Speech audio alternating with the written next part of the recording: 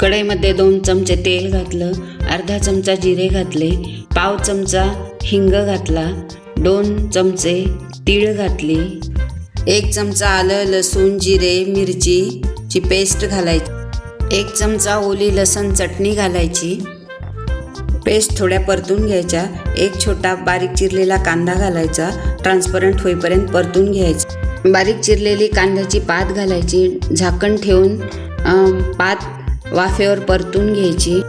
बघूयात आपली कांदा पात छान परतलेली आहे.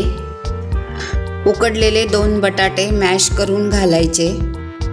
यामध्ये घालायचे आहे आपल्याला पाव चमचा हळद, चवीनुसार मीठ, चवीनुसार साखर, कोथिंबीर घालूयात आणि अर्ध्या लिंबाचा रस घालायचा आहे.